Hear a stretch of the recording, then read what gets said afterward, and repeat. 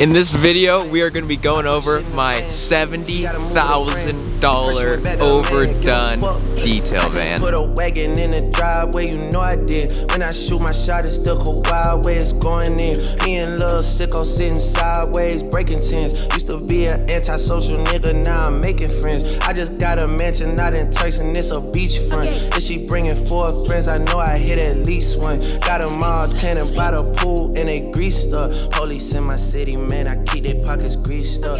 Me and Capo trying to leave our. Let's go ahead and break up build cost here. So let's start with the total cost of the van. So for a 2020 Ford Transit extended high roof, the biggest model you can buy, which some will say is overkill for detailing, but for me, space is everything. I paid with 5,000 miles, I believe it was just under 50,000 out the door. So I think it was like 49 something after tax, licensing, and all that. And I had to put a bunch of money down because I was 18 and I did not have the credit to buy this van. I know the van is stupid dirty right now because of course we live in the Pacific Northwest and that's just one of the things you have to deal with. But as soon as we got done purchasing the van, about a month later, we picked up these Method 706s wrapped in BFG KO2s. These are the best tires matched with the best wheels. I believe I paid about $1,300 for the wheels out the door. I only paid $500 for the tires because we picked those up used because I was very broke after buying this. We then sold my pit bike. That was a stupid young kid purchase, and we funded the van build a little more with that by purchasing this Ford Transit Trail Edition from Europe grill. This was about 350 bucks. White We LED. then did Biodynamics LEDs in here because Transits do not come with LEDs. We then did LED blinkers in these, so they're like.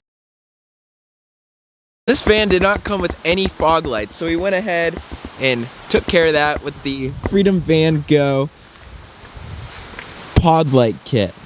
So these are two, I think they're like 4-inch pod lights. This whole setup for both sides ran about $700 with the mounting brackets and the lights. We then added this beautiful little stubby. He's called the Stubby. Just a little stubby antenna. Looks way better than those long ones that come with these things. And then after that, we were broke. So we now make our way inside of the van. This is where all the magic happened.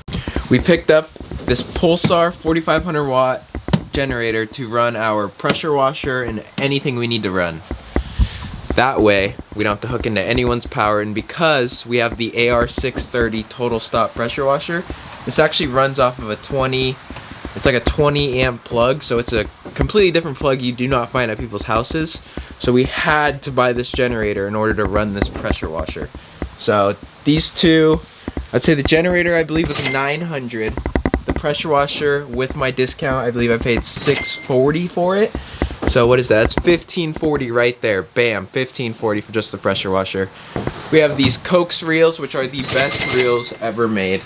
So this is our garden hose hookup until we decide to do full water tanks in here. This is how I hook up to people's houses. We use this 100-foot garden hose, the Griot's Garage garden hose matched with the Coax reel 100-foot. Then we have a 50-foot reel from Coax reel with our MTM gun and our MTM tip, keep from damaging people's cars, with a 50-foot, what is this, Veloci hose, I believe. I want to change this hose, but as of right now, it seems totally pointless to spend the money to replace that hose when it works just fine. Our air compressor setup, this is a California Air ultra quiet air compressor. This thing is insanely quiet for an air compressor, which we then have matched up with our Coax reel, retractable air reel. Believe this was about $250. The air compressor was about $200. So overall, not too bad. What's that? It's about $450 between a nice air compressor that I've had for over a year now, and it still is running strong. And I abuse my equipment. I should take better care of my equipment, but sometimes when you just work 24/7, it's really hard to do that. Now this is an ex-Amazon van, so let's talk about what we have all of these reels, vacuums, everything mounted to. So we have huge sheets of plywood behind this carpet.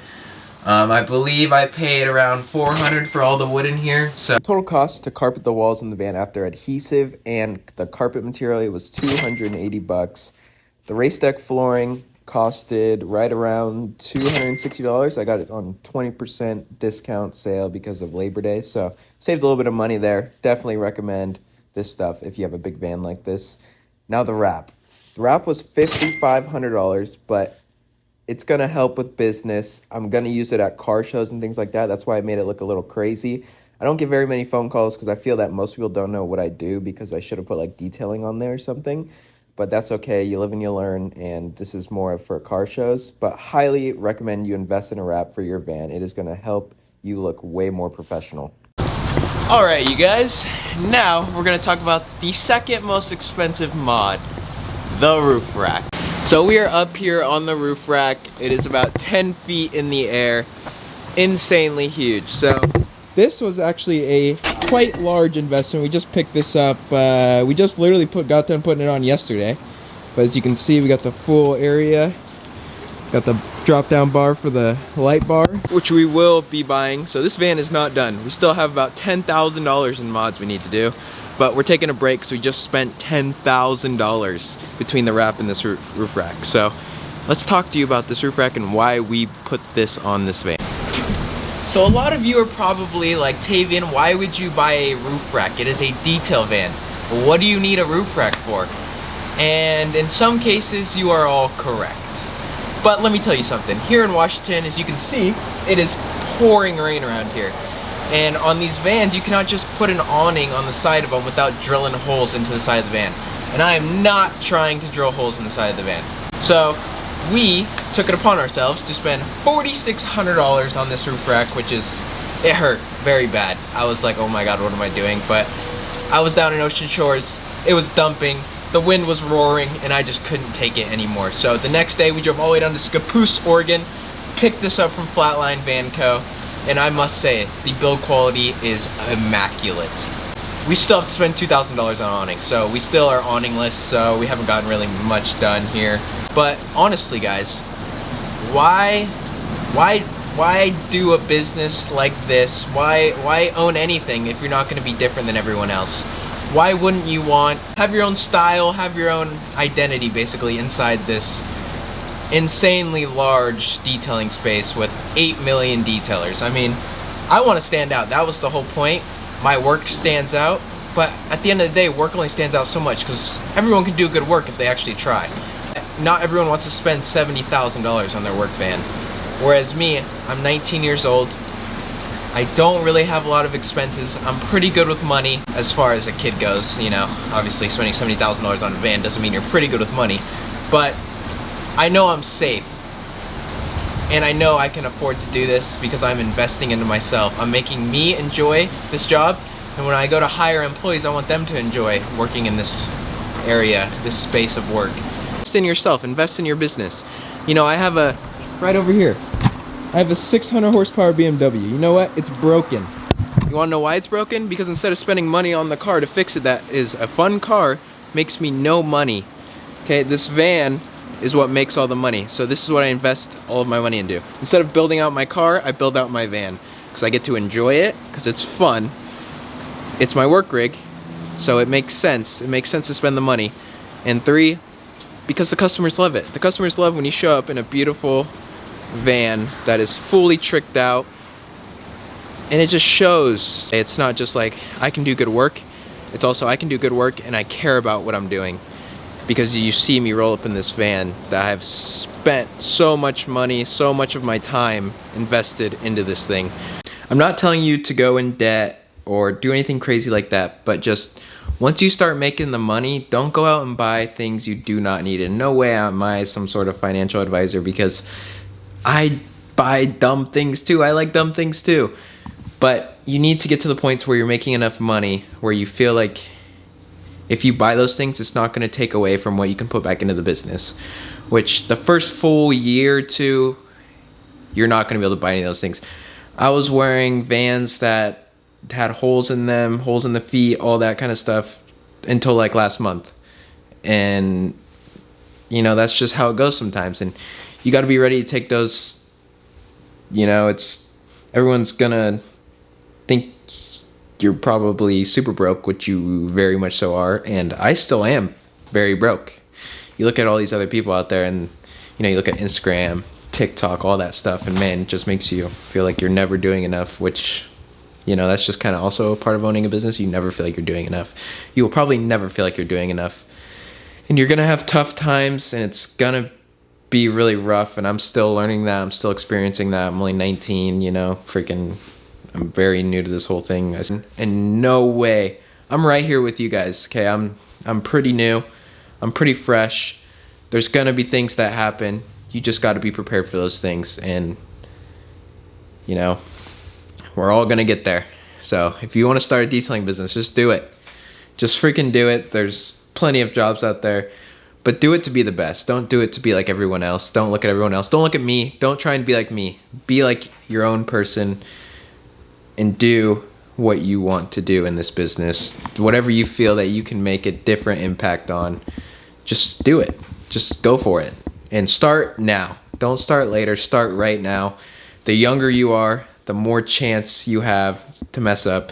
The older you get, the less chance you have to mess up because you have more responsibilities in your life. And right now, I have barely any responsibilities. I have a girlfriend. Yes. Do I try and pay for all of our food and everything like that? Of course I do, because I want to be able to give her those things. And, you know, we still split rent, of course. You know, rent's huge.